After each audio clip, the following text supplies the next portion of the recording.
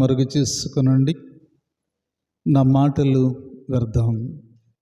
మీ వాక్కులు మాతో ఉంచి మాట్లాడించి మహిమ ఘనత ప్రభావాలు మీరే పొందుకోమని మా ప్రభుని మా రక్షకుడైన యేసుక్రీస్తు ద్వారాడుకుంటూ ప్రార్థన చేస్తున్నాం పరమ తండ్రి, ఆమేన్. క్రీస్తునందు ప్రీతంటి దేవుని బిడ్డలారా, యేసుక్రీస్తు నామమున మీ అందరికీ వందనాలు తెలియజేస్తూ ఉన్నా. దేవుడు మనల్ని ప్రేమించి మరొక క్రైస్తవ క్యాలెండర్ ప్రకారం క్రొత్త సంవత్సరంలోకి మనము ప్రవేశపెట్టబోతున్నాం. మనకి 3 కాలాలు ఉన్నవి. మొదటిది త్రిత్వం, రెండవది అడ్వెంట్, మూడవది లెంట్. ఇప్పుడు మనము త్రిత్వకాలంలో ఉన్నాము. త్రిత్వపు పండుగను మనము ఆచరిస్తూ ఉన్నాం. ఈ త్రిత్వములోని ప్రాముఖ్యముగా తండ్రి, కుమార, పరిశుద్ధాత్మ అనే నామాన్ని మనము ఉచ్చరిస్తూ దేవుని యొక్క మాటలను మనము వినడానికి ఈ దినాన మనమందరం కూడా కూడుకొని వచ్చాం. ఆయన మహాకృపను బట్టి, ఆయన వాత్సల్యతను బట్టి, ప్రేమను బట్టి గడిచినటువంటి పెంతెకోస్తు పండుగను మనము జరిగించుకుని తిరిగి త్రిత్వపు పండుగకి మనం వచ్చాం. ఈ త్రిత్వంలోని ప్రాముఖ్యమైన మాటల్ని మనము జ్ఞాపకం చేసుకుంటూ మన అంశము ఒకే బాప్తిస్మము, ఒకే నామములో. ఈ బాప్తిస్మము అనే దాన్ని మనము ఈనాడు సంఘాలలో అనేక రీతులలో అనుమానాలు వ్యక్తపరుస్తూ వస్తూ ఉన్నారు. కొందరు మునగాలని, కొందరు చిలకరింపు మంచిది కాదని, ఈ రకరకాల ఆలోచనలు, అపోహల్లో మన సంఘాలు కొన్ని అలాగూ మనుషులను చెడ్డ మార్గంలోకి నడిపిస్తున్నాయి. కానీ ఒకే బాప్తిస్మము, అది నీళ్ళలోను నీటితోను. ఈ బాప్తిస్మం అనేది కేవలము క్రైస్తవులకి గుర్తింపు మాత్రమే. మనము రక్షణ పొందాలి. మొదటిగా మనకి రక్షణ అనుభవంలోనికి మనం వెళ్ళాలి. మనం ఎప్పుడైతే రక్షణలోకి మనం వెళతామో బాప్తిస్మం అనేటువంటి వరప్రసాదాన్ని మనము పొందుకుంటాం. కాబట్టి త్రిత్వ పండుగ యొక్క ప్రాముఖ్యత ఏంటంటే ఒకే బాప్తిస్మము, ఒకే నామములో తీసుకోవాలి. ఈ ఒకే నామము 3 నామాల్ని హెచ్చరిస్తున్నది. అనగా ఒకటి తండ్రి, రెండవది కుమారుడు, మూడవది పరిశుద్ధాత్మ. ఈ 3 కూడా ఏకత్వాన్ని సూచిస్తూ ఉన్నది. ఈ ఏకత్వములో దేవుని నామం పేరిట మనము ఏ సంఘమైనా, ఏ డెనామినేషన్ అయినా, ఎవరైనా ఈ 3 నామాల్ని ఉచ్చరించకుండా బాప్తిస్మం ఎవరు కూడా ఇవ్వరు.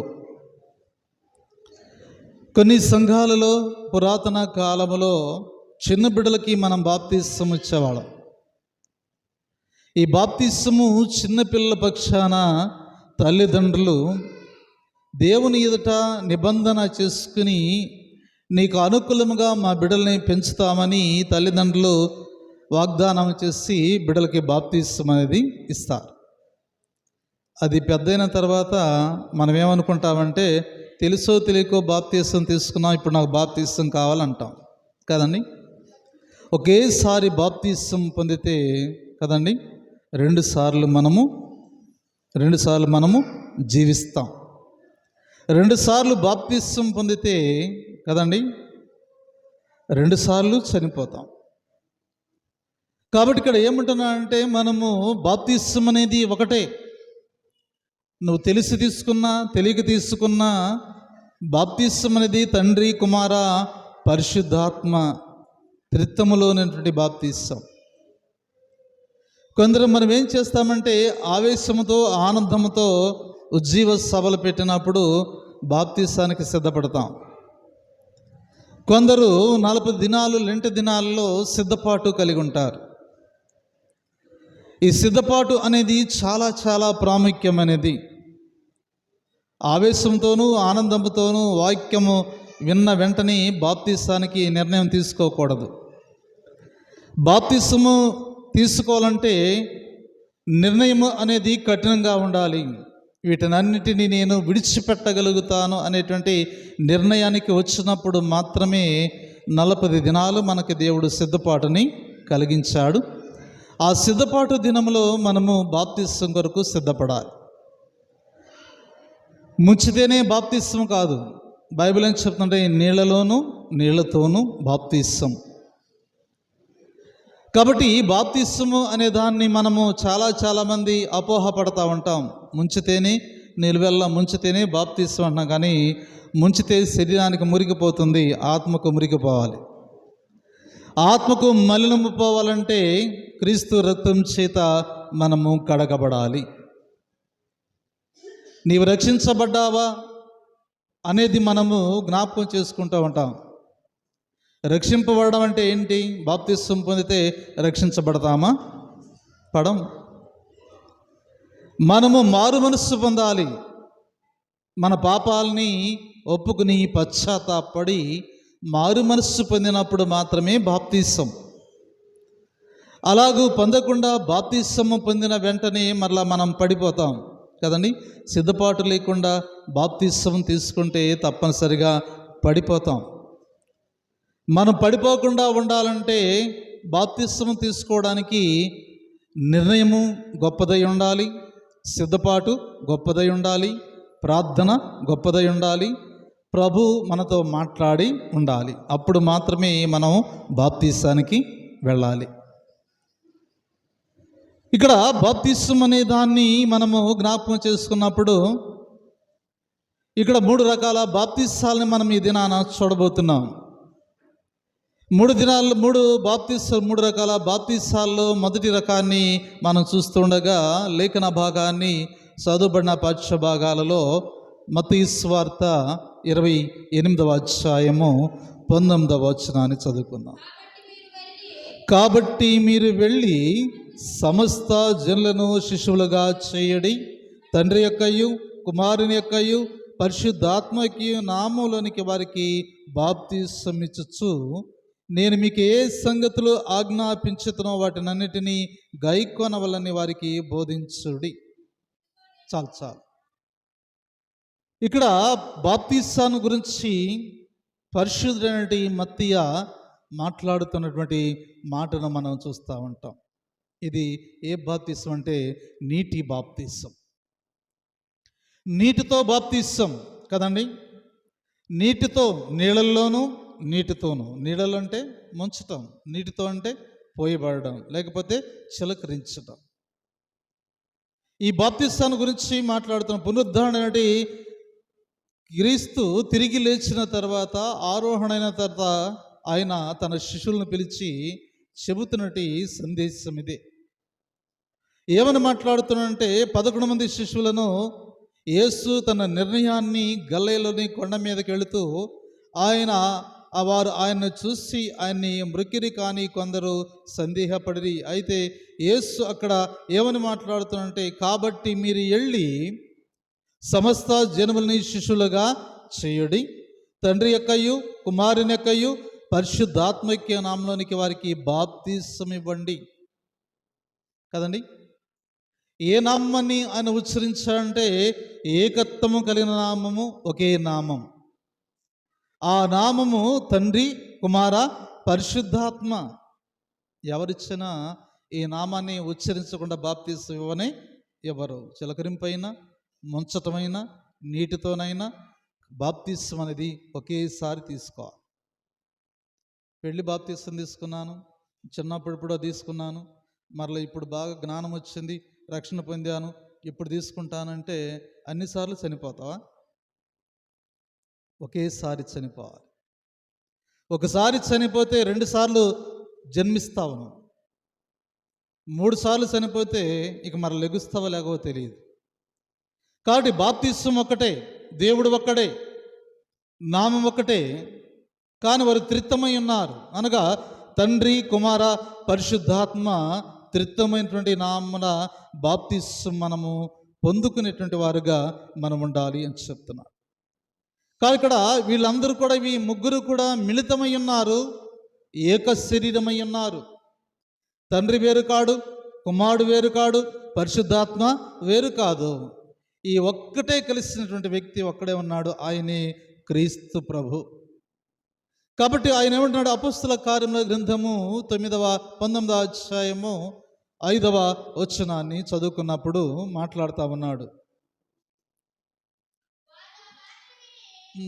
చెప్పండి.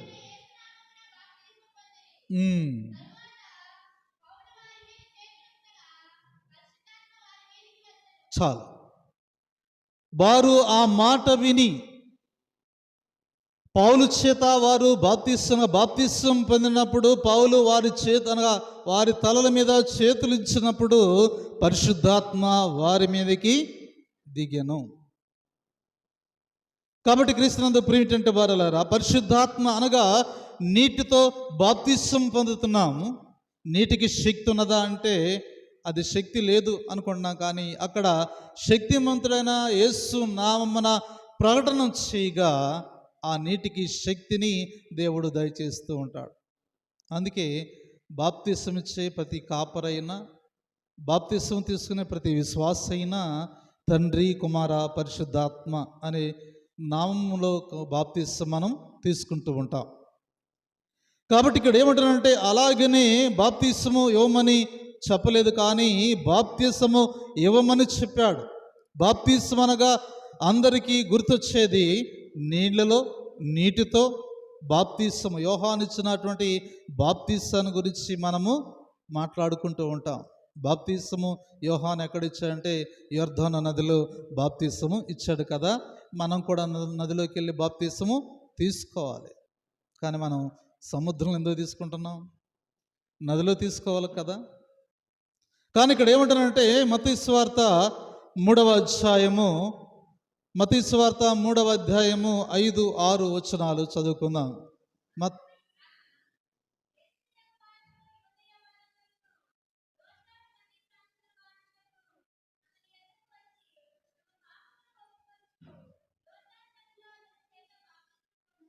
చాలు. వారు ప్రాంతాల నుంచి వచ్చి వారి పాపాలని ఒప్పుకుని ఎక్కడ బాప్తిస్మం పొందుతున్నాడు? యొర్దాను నదిలో యోహాను చేత వారు బాప్తిస్మము పొందినట్లుగా మనం ఇక్కడ చూస్తూ ఉంటాము కదండి.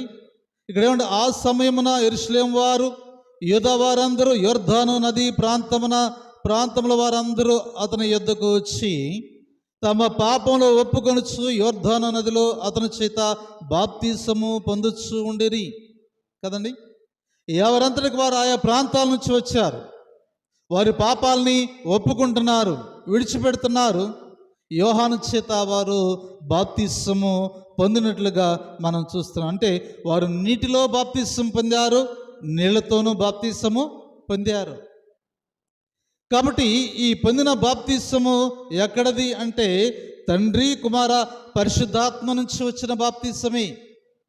యోహాను ఆయన వల్ల బాప్తిస్మం ఇవ్వలేదు, కానీ తండ్రి చిత్త ప్రకారము జరిగించడానికే బాప్తిస్మం యోహాను ఈ లోకానికి వచ్చినట్లుగా మనం ఇక్కడ చూడగలుగుతున్నామని చెప్తున్నాం.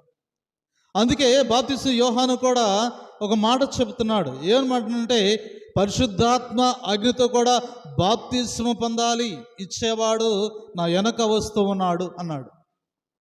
నేను కేవలము నీటితోనూ లేకపోతే నీళ్ళలోనూ ఇస్తున్నాను, కానీ నా వెనక వస్తున్నటువంటి ఒక వ్యక్తి ఉన్నాడు.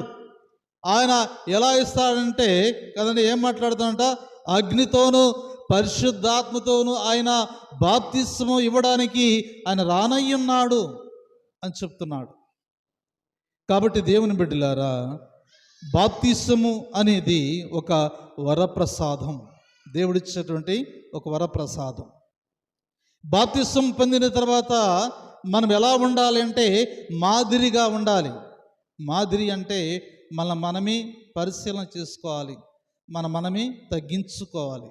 ఇతరులకి మనము హానికరముగాను, ఇతరులకు మనం అవమానకరముగాను, దేవుని నామానికి మహిమకరంగా జీవించాలే తప్ప కదండి, కోపతాపాలని పక్కన పెట్టాం, అసూయ ద్వేషాలని తీసివేయాలి మనసులో నుంచి, కోపతాపాలని తొలగించాలి. మనం ఎలా అంటే మన మనస్సు దేవుని మనసుతో మిళితమైనప్పుడే మనము దేవుని బిడ్డలుగా ఉంటాం తప్ప బాప్తిసం పొందుతాం, కోపం తగ్గదు, అసూయ తగ్గదు, మాటలు తగ్గవు, ఏమీ తగ్గవు. కానీ నేను మాత్రం బాప్తిసం పొందాను, రక్షణ పొందాను. నిజముగా నీవు రక్షణ పొందితే ఇతరులను విమర్శించలేవు కదండి. నిజముగా నువ్వు దేవుణ్ణి నమ్మితే ఇతరుల మీద ద్వేషము అసూయ కలగదు. నువ్వు నిజంగా దేవుని నమ్మిక కలిగి ఉంటే, దేవునిలో నువ్వు రక్షణ పొంది ఉంటే ఇతరులని నీవు ప్రేమిస్తావే తప్ప ద్వేషించవు. ఇది క్రైస్తవ లక్షణము. కానీ క్రైస్తవులని పేరు పెట్టుకున్నాం, కానీ మన నిలువెల్లా ఎలా ఉందంటే అసూయతోనే నిండి ఉంటున్నాం కదండి. ఒక మంచి పని చేశామంటే దానికి ఎంత అసూయ వస్తుందంటే అంత అసూయ కలుగుతుంది. కారణం ఏంటంటే మనం బాప్తిసం పొందామని చెప్పుకుంటున్నాం, నిర్ధారణ పొందామని చెప్పుకుంటున్నాం, సంస్కారంలో పాలుపొందులు పొందుతున్నాం, దేవుని నామాన రక్షించబడ్డామని చెప్తున్నాం. మరలా ఎందుకు ఈ అసూయ ద్వేషము ఇవన్నిటిని కూడా నీలో ఉన్నంత కాలము దేవుని యొక్క రాజ్యానికి ఎంత మాత్రము కూడా వెళ్ళలేము. మన బాప్తిసం వ్యర్థమే, మన రక్షణ వ్యర్థమే, మన మారు మనస్సు వ్యర్థమే, మన సంస్కారము వ్యర్థమైపోతున్నది. వ్యర్థముగా దేవుని నామాన్ని ఉచ్చరించకూడదు. కాబట్టి ఏమంటున్నాడంటే మత్తయి సువార్తలో 3వ అధ్యాయం 11వ వచనంలో ఆయన మాట్లాడుతూ అన్నాడు, మారు మనస్సు నిమిత్తము నేను నీళ్లలో మీకు బాప్తిసం ఇచ్చుచున్నాను, అయితే నా వెనుక వచ్చుచున్నవాడు నాకంటే శక్తిమంతుడు, ఆయన చెప్పులో మోయటకైనను నేను పాత్రుడను కాను, ఆయన పరిశుద్ధాత్మతోను అగ్నితోను మీకు బాప్తిసము ఇచ్చును. కదండి, నేనైతే నీళ్లతోనే ఇస్తున్నాను, నా వెనక వచ్చేవాడు శక్తిమంతుడు కదండి. కేవలము నేను నీళ్లతోనే ఇస్తున్నాను, కానీ నా వెనక వచ్చేవాడు శక్తిమంతుడు, ఆయన అగ్నితోనూ పరిశుద్ధాత్మతోనూ ఆయన బాప్తిసం ఇవ్వడానికి ఆయన వచ్చుచు ఉన్నాడు. ఆయన చెప్పుల వారును విప్పే అర్హత కూడా నాకు లేనే లేదు. ఇంత గొప్ప తగ్గింపు జీవితం బాప్తిస్మిచ్చు యోహానికి, ఇంత గొప్ప తగ్గింపు జీవితము దేవుడే అనుగ్రహించాడు. యేసుక్రీస్తు ప్రభువారికి ముందుగా 6 నెలల ముందుగా భూలోకములకు వచ్చాడు. ఆయన పరిశుద్ధుడుగానే ఉన్నాడు, పాపము లేనిగానే ఉన్నాడు. ఏదో నిర్మోహటంగా మాట్లాడేటువంటి మనస్తత్వము కలిగిన వాడు. తప్పు చేసిన వాడిని నువ్వు తప్పు చేశావు, పాపం చేశావు అని ఖండించగల శక్తి కలిగినటువంటి వాడు యోహాను. అలాంటి యోహాని ఏమంటున్నా అంటే, నా వెనుక వచ్చేవాడు నాకన్నా శక్తిమంతుడు, అతని చెప్పుల వారును కూడా విప్పే అర్హత నాకు లేదు. అయినా కానీ ప్రభు బాప్తిసము యోహాను దగ్గరే తీసుకున్నాడు. అంటే ప్రభు కూడా తాను ఏ రీతిగా తగ్గించుకున్నాడో మనం ఆలోచన చేయాలి. అక్కడ యోహాను తగ్గించుకున్నాడు, ఇక్కడ ప్రభువు కూడా తగ్గించుకున్నాడు. అంటే తగ్గింపు జీవితము లేనటువంటి వారుగా మనం ఉంటున్నాము. మాదిరిగా ఉండాలి. ప్రభు మాదిరి చూపించాడు. మాదిరికరమైన జీవితం మనలో ఉన్నదా? అలా ఉండిన దినమే నిజమైన క్రైస్తవం. మన మనస్సాక్షి మన గద్దిస్తూ ఉన్నది కదండి.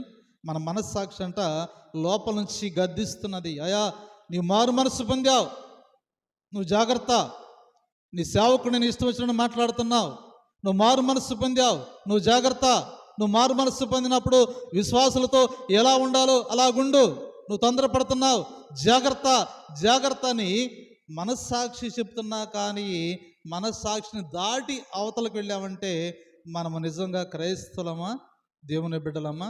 ఒకసారి ఆలోచన చేయాలి. కాబట్టి క్రీస్తునందు ప్రింటంటి దేవుని బిడ్డలారా, మనం బ్రతికేది కొద్ది కాలమే, మనకి గ్యారంటీ లేదు.